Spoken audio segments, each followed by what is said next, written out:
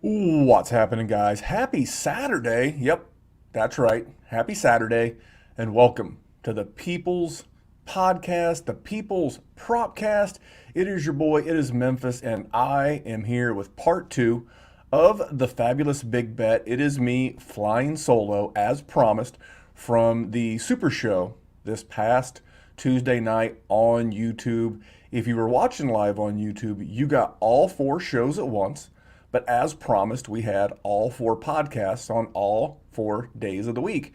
And if you're listening to this, you realize this is a very special edition of the Fabulous Big Bet and the People's Propcast, a one-time return due to the Thanksgiving holiday. You never know, maybe doing some more of this in the Christmas time.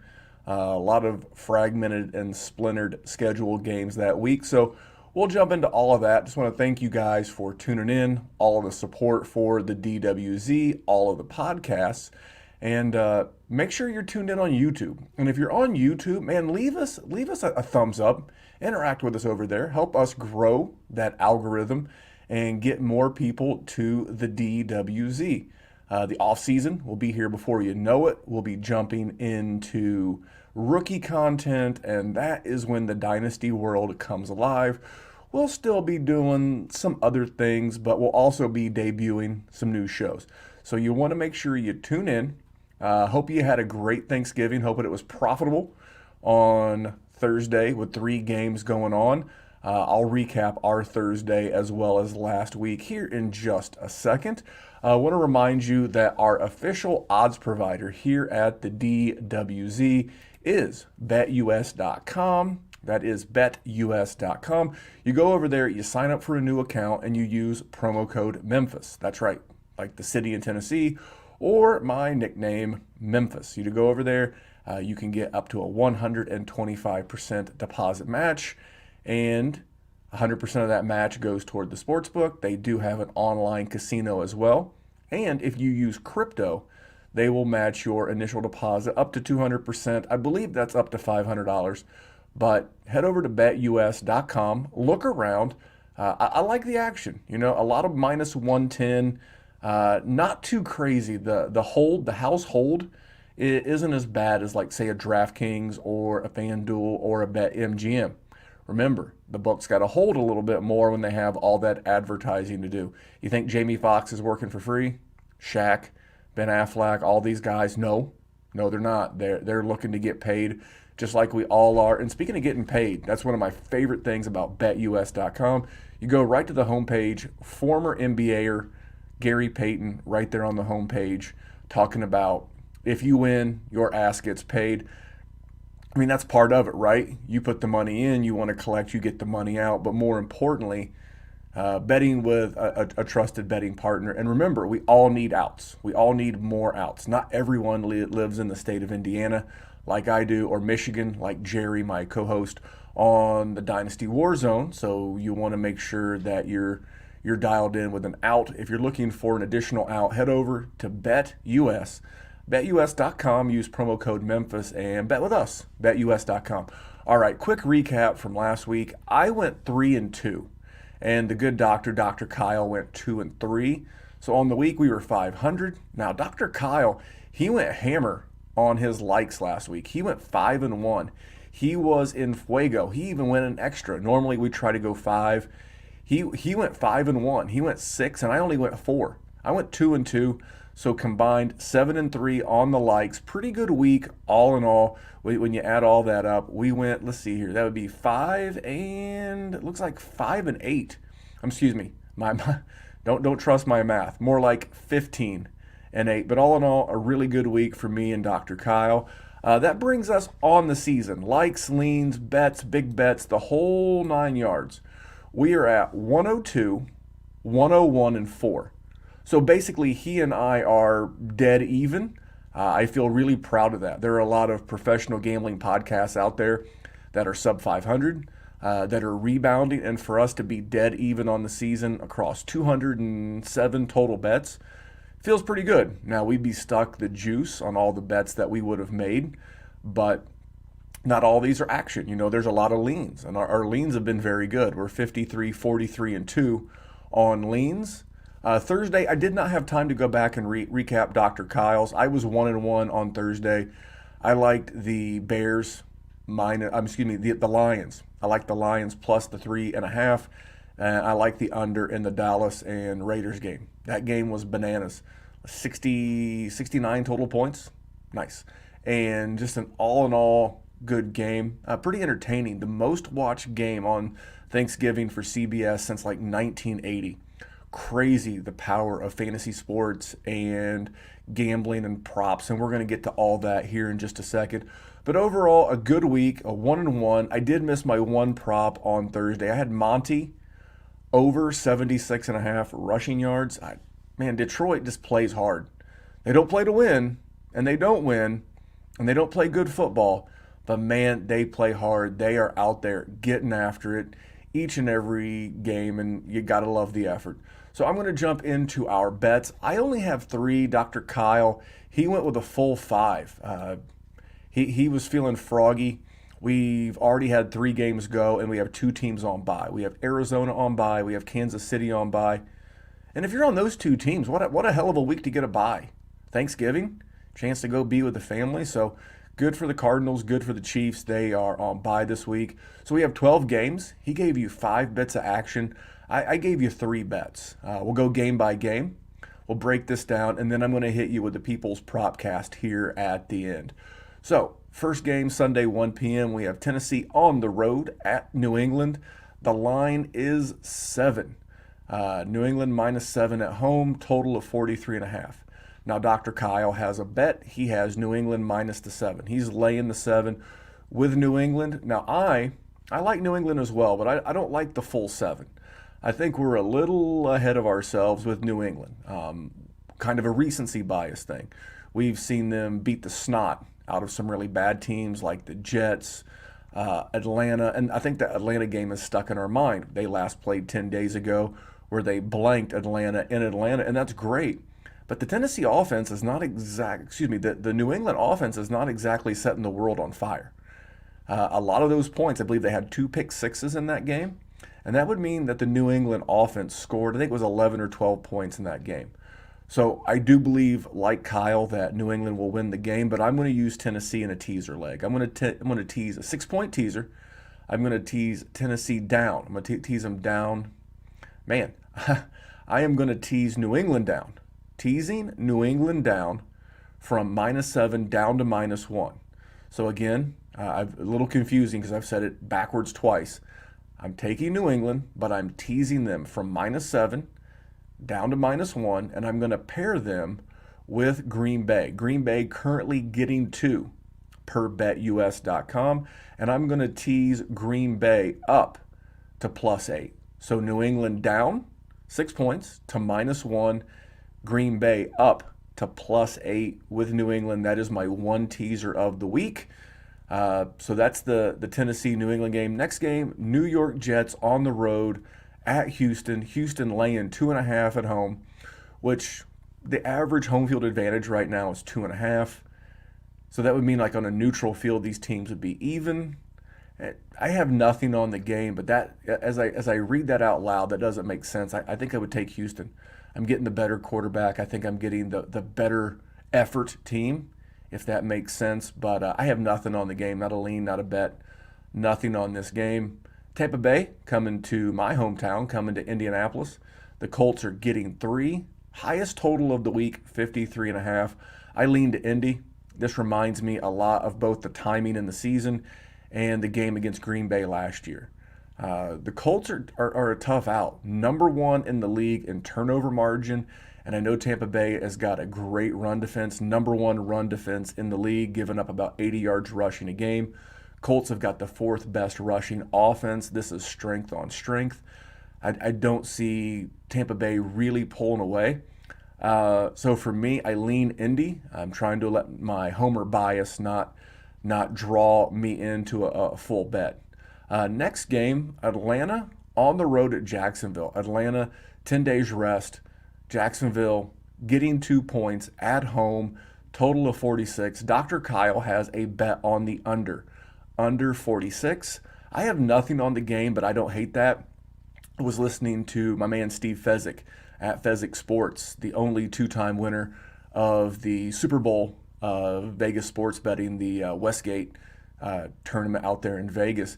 And he shared this little nugget that the Jacksonville Jaguars' season high points scored was 23, and that was in the London game. So one time, 23 points. And I don't think Atlanta has to get a ton of margin here, but Jacksonville's defense has been playing better. Jacksonville's offense looks terrible. I do have a couple of props from this game later on in the show, but for me, I have nothing. But this is Kyle's second bet. He's going Jacksonville and Atlanta under 46. Next game, Carolina on the road at Miami. Miami getting 2.5 at home, total of 42. Now, Dr. Kyle has nothing on the game for me personally. I am going over. I'm going over the 42, and this is all about Cam Newton and Tua. Since Cam Newton has been back with Carolina, they've been scoring about 27.5 points a game. They scored 34 against the Arizona Cardinals and then 21 against a pretty game and improving Washington football team last week. I feel like Carolina can run the ball. Miami's defense has given up the most yards on the season this year, but I do, as much as I've been a critic and an opponent, a naysayer, a non-believer in Tua, I do believe that he can move the ball a little bit on this defense.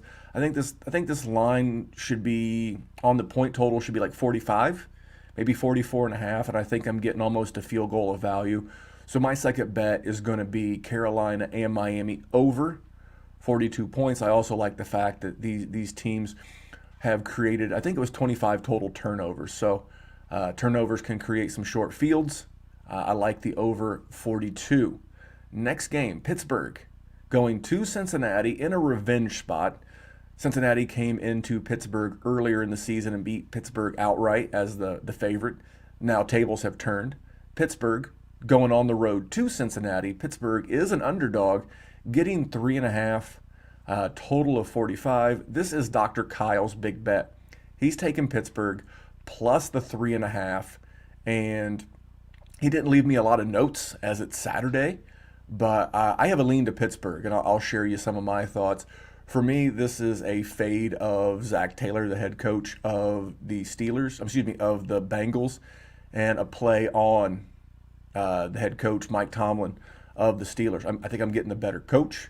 I'm getting significantly the better defense.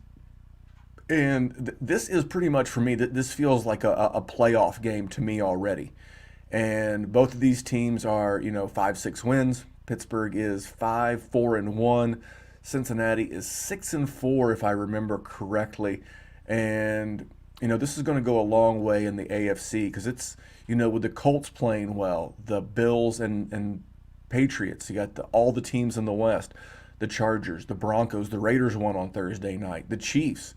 To keep pace in the wild card race for those 3 wild card spots in the AFC, this is going to be a very important game. And in a spot like that, a big spot like that, I've got to lean to the superior coach with the experience. So I'm going to lean to Pittsburgh on the road, getting the 3.5. Final 1 o'clock game, Philadelphia going on the road. Philadelphia, man, has things changed?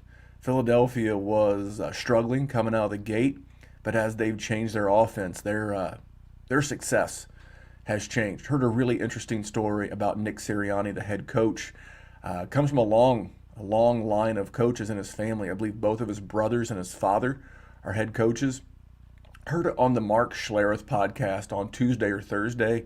If you're interested in that story, I highly recommend that podcast, The Stinking Truth, from I believe it was Tuesday because Thanksgiving was Thursday. So check that out if you're interested. But just the way that he is willing to adjust, adapt, and make improvements on the fly.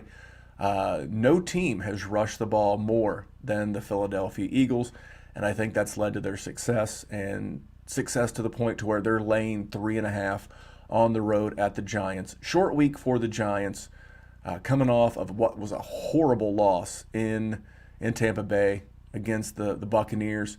I don't want to lay 3.5 in a divisional spot, even though it feels like Philadelphia is the right side. If it were to dip to Philadelphia -3, I could see where there might be a play, but I'm not wanting to lay more than a field goal, even though they've been successful. I still not feeling laying that hook. So that wraps up the 1 o'clock games. Let's get to the 4 o'clock games. 4 o'clock, the Chargers going to Denver, laying 3. And a total of 48 points. Dr. Kyle has his bet on the Chargers. For me, I lean to LA if you think that the total of 48 is good. If you think this game is going to land anywhere near 48, then you clearly like LA, because I don't think the Denver offense is capable of scoring in that range without significant turnovers from LA. The game is in Denver. So that tells me that the bookies think that because Denver's a good home field, Mile High. So if you give them the full 2.5 to 3, that tells me that these will be even teams. I don't necessarily buy that, but traveling to Denver, never a great spot. So I'm going to lean to LA, full bet for Dr. Kyle on the Chargers. The other team from LA, the Rams, going to Green Bay, where they are laying 2, which I find to be fascinating. I think this has to be injury related to A-Rod's toe and to the overall injury situation. The Packers lost another offensive lineman.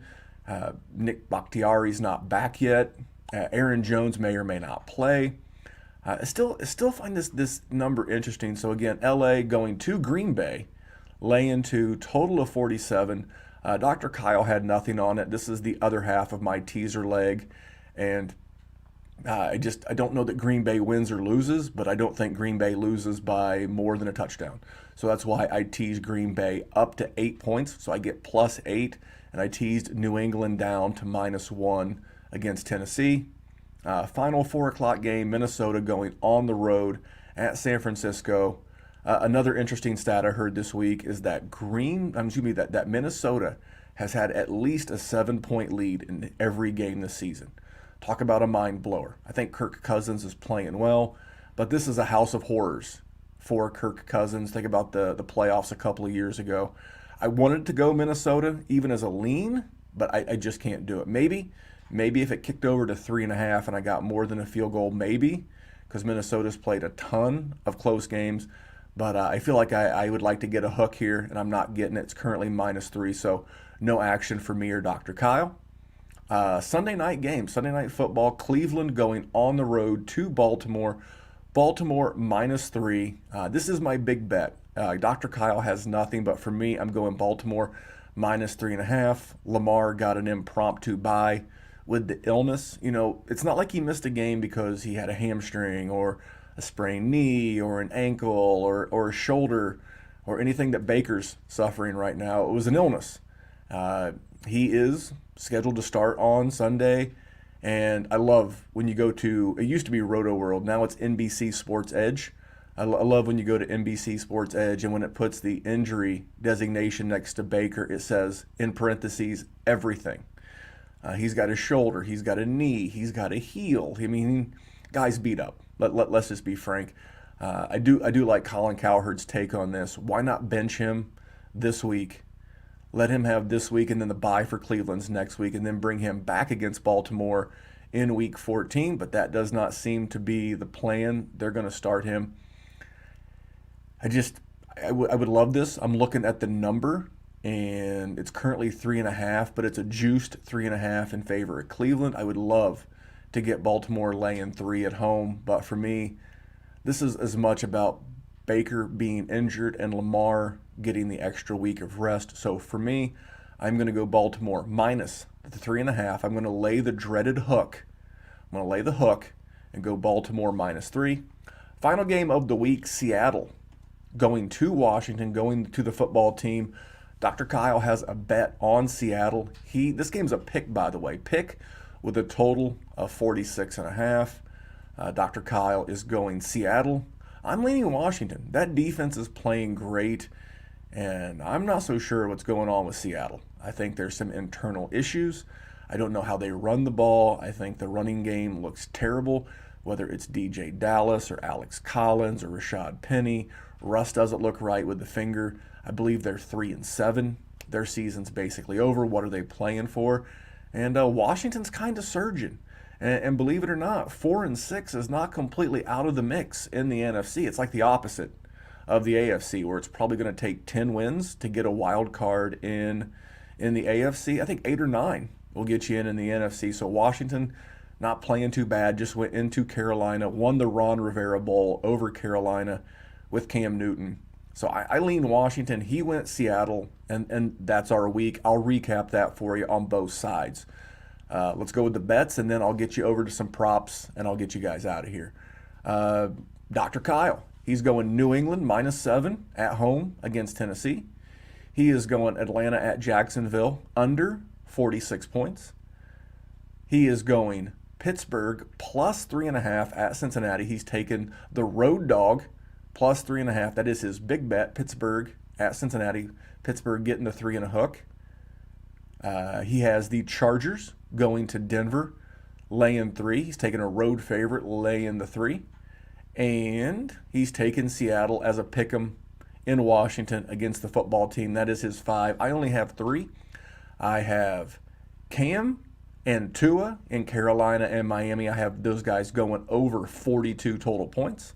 I have a teaser. I am teasing New England down to -1, and I'm teasing Green Bay up to +8, and that is my teaser of the week. And my third and final bet is going to be Baltimore getting 3.5. Giving 3.5 at home against a very banged up Cleveland Browns. A little leery of the return of Jack Conklin and Mr. Kareem Hunt for you fantasy gamers, but not too much to make me too worried. So I want to hit you with some props real quick, and then I want to rant on props for just a minute at the end of the show. I'm going to hit you with 3, although I like 4, and I will jump into this in just a second. So first prop, Trevor Lawrence over 16.5 rush yards. For me, this is as much about Atlanta as it is about T-Law. 5 of the 10 quarterbacks that have faced the Atlanta Falcons have had over 17 rushing yards this year. And that would be the quarterbacks you would expect. Jalen Hurts had 62, Danny Dimes had 39, Taylor Heineke had 43, Tua had 29, and the team with the most rushing yards against the Atlanta Falcons, Sam Darnold, 66. The 5 that did not have more than 17 were Tom Brady, not a surprise, Mac Jones, not a surprise, a hurt Dak, that was recently with the calf, the mostly immobile Trevor Siemian, and I was kind of surprised Zach Wilson didn't have more rushing yards against them. But for me, it's about Trevor Lawrence. He's been averaging 4 rush attempts per game. He's went over this number in his last 2. And I could just see him busting off a couple of long ones against Atlanta. I was, and this is not going on the official record, the over 16.5 rushing yards is on betus.com. But I wanted to go over 226 passing yards. It's a weird number to lay that Lawrence hasn't hit that number since week 8. But there are only 3 QBs to be held under 227 yards by Atlanta. That was Zach Wilson, that was Sam Darnold, and that was Mac Jones. Now, Mac Jones easily could have went over the 227. It was his defense was putting up tutties left and right. So for me, those 3 guys, but the other 7 QBs Atlanta has faced this year have hit that number. And here's the number that I like the most, is that this game's in Jacksonville, and that's why I like it. Every home QB has had at least 227. That's the number you need to get the money here in this game, and every home QB has hit that against Atlanta. Tua, Tom Brady, Danny Dimes, Trevor Siemian, and Dak all went over 227 at home against Atlanta. So I don't know if you can parlay those. That's going to be part of my rant here in just a minute. But my official bet is T-Law over 16.5 rushing yards. Don't hate over 226.5 passing yards. My second official one is James Robinson. Same game. James Robinson over 15.5 rush attempts. So 7 running backs this year have had at least 14 carries versus Atlanta. And 12 running backs have had 10 carries or more against Atlanta. And I know what you're thinking, but Memphis, they've only had 10 games. How could 12 running backs have done it? Well, when you have two-headed monsters like Dallas, where both Pollard and Zeke had double-digit rushes, and most recently against New England, Ramondre Stevenson and Damian Harris both had over 10 touches. That's how. Atlanta is 20. Make sure I get this right for you. They're 23rd in rush yards allowed, and they're 23rd in rush attempts per game to the running back. But Atlanta's actually 11th against the pass, and that Atlanta being 11th against the pass is why I ultimately passed on the passing yardage prop of Trevor Lawrence. Although it's a lean. It's a lean at this point. I still like it. So for me, how does Urban Meyer want to win games? He wants to pound the ball. Running backs have been averaging about 25 rush attempts per game against Atlanta, and that would mean James Robinson would need to get 2/3 of the touches, which is exactly the number of touches he's getting on the year in terms of rush attempts. He's getting 66.7% rush share, and that includes the game where he got hurt against the Seattle Seahawks. So I easily expect James Robinson to be in that 17-18 rush game, especially if this game's close, which the line would indicate that it would be. And for those reasons, I'm going James Robinson over 15.5 rush attempts. My final prop, Tyler Higby, going over 37.5 receiving yards. Tyler has hit 36 or more yards in 6 of 10 games this year. He's played a 90% snap share, and he's got an 81% route participation this year. The 81% route participation is 4th in the league amongst tight ends. He's ran 296 routes, 5th amongst tight ends, but he's only had 51 targets, which is 11th amongst the tight end group. Green Bay giving up 5.5 catches per game to the tight end. Higby's averaging just over 9 yards a catch. So, just doing some very basic rudimentary math, if they give up the average and he hits his average, he would be in like the 47.5 range. The prop's 37.5. I wanted to have a bigger share of Higby without Robert Woods. Robert Woods has missed one game since 2018 before tearing his ACL, so there was not a very large sample of Higby without Woods in a McVay offense.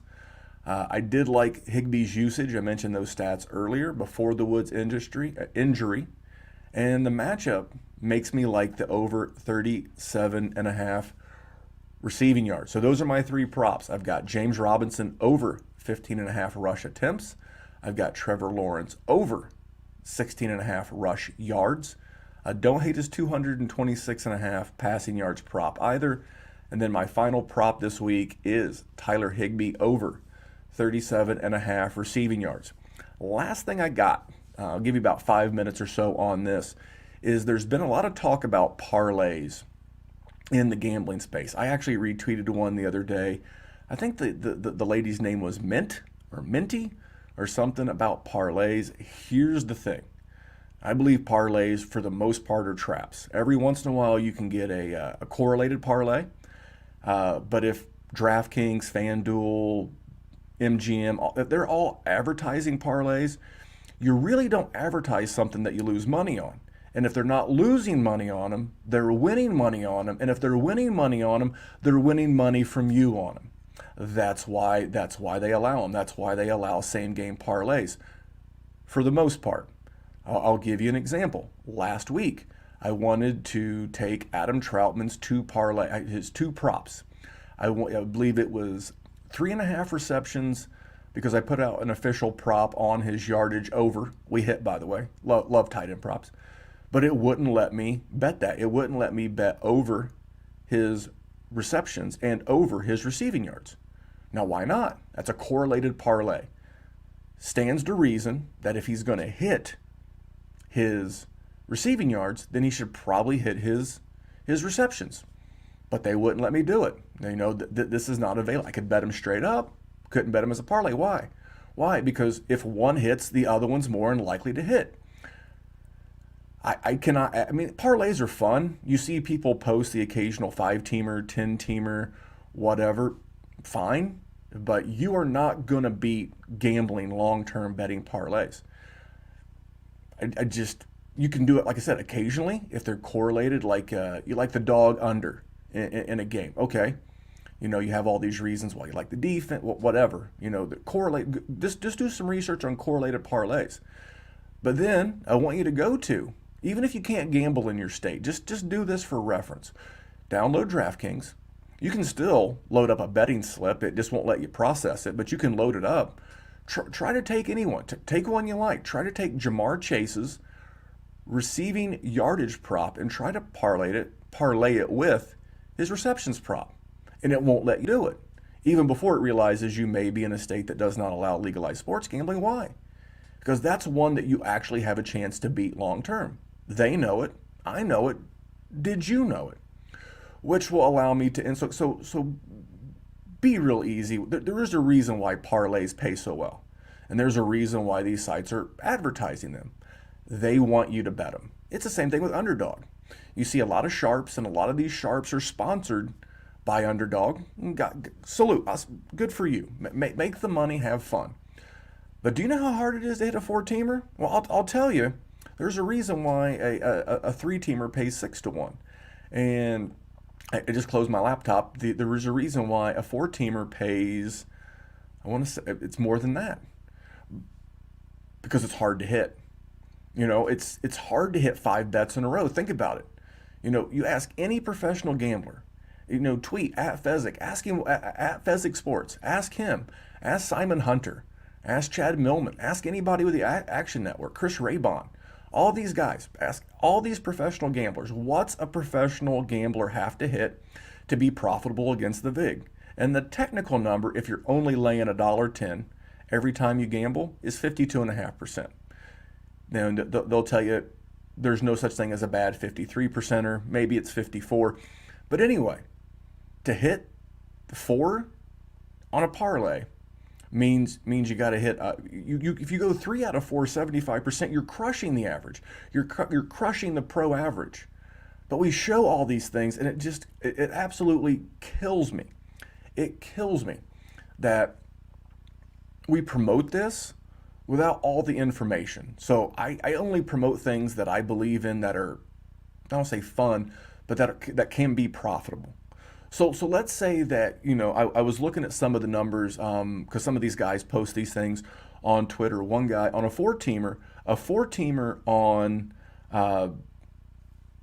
Underdog. I'm drawing a blank. I know a 3-teamer paid $210. I don't remember what a 4-teamer paid. He was posting it at $35. Well, here's how I approach that. If you think you can go 5 for 5 on props and you can do it all in a given week, let me give you a different way to approach it. If I don't know how Underdog takes action, but this is just something. But if you think you can go 5 for 5 in a given week and you can do that regularly, let me give you a different way to go about it. So let's say you take that same $35, okay? And it's going to be a little bit wonky because there's going to be VIG, lay 115, lay 110, but just go with me here. Let's pretend like for just a second there is no VIG. There's going to be, so that will skew these numbers a little bit. So let's say you take that $35 and you like a prop on Thursday night. Well, you bet $35 and let's say you had even money and you got 70 back. Okay, there's one win. Now let's go to the Sunday 1 p.m. slate. You find another game that you like. Now you take the entire 70 from Thursday. Remember, you bet 35, you won, so you got paid 70. Let's bet all 70 on a second prop on the 1 p.m. Sunday slate. Okay, boom. Now you win that one. Now you've won two. And let's say, again, hypothetically, no juice, you win 140. Okay, now you have 140. Okay, now you roll that entire 140 into a bet at the 4 o'clock games. You have your picked out your 4 o'clock prop. Cool. Okay, now you win that one. Okay, now you've turned your 140 to 280. Okay, now you bet one on Sunday Night Football. You bet 280, and now you've turned it into 560. Okay, you've only won 4. Let's say you actually hit that mystery 5th leg on Monday Night Football. You turn that 560 into 1120. You still had to hit 5 props. You had to go correct. 5 out of 5, not 4 out of 5, not 3 out of 5. 5 out of 5. You had to spread it out over a 3-day period, Thursday, Sunday, Monday. The math is the same, but you've made a lot more money betting it this way. And if at any point you feel like you just don't, you can stop. If you turned your 35, you've won 3 in a row. You went from 35 to 70 on the first win, 70 to 140 on the second win, 140 to 280, and you've turned your 35, and you can just stop. You can't stop on these goofy parlays on underdog and monkey. You just can't. You can't stop. The action continues. So for me, my suggestion is if you can bet them that way and you want the exponential odds, you want to turn a small amount of money into a bigger amount of money, that's a much better way to do it. Because at any point, if you don't like it, and here's the thing, same thing, they bet 5 on underdog, I could bet 5 in a row, and if we both hit, I win more money. I just do. I win more money than they do because I'm letting it roll. And at the end of the day, if we both lose, we both lost $35, but I won more money. I can quit at any time. I can say, you know what? Something changed, because once that parlay's built on monkey, knife fight, or underdog, you're done. Once the money's in, what if a rainstorm pops up and kills one of your overs? Or what if a rainstorm that was supposed to happen or a windstorm that kills one of your unders? You can't stop. You're stuck. So I know they're fun. I know they're a lot of action. I'm just going to tell you, there are better ways to get in action than that. That's the end of my rant. I've got a big night planned with my family tonight, so I'm going to get out of here. I want to thank Mike for watching along in the chat with me, and we'll see you back here next time on the Fabulous Big Bet. Thanks for tuning in.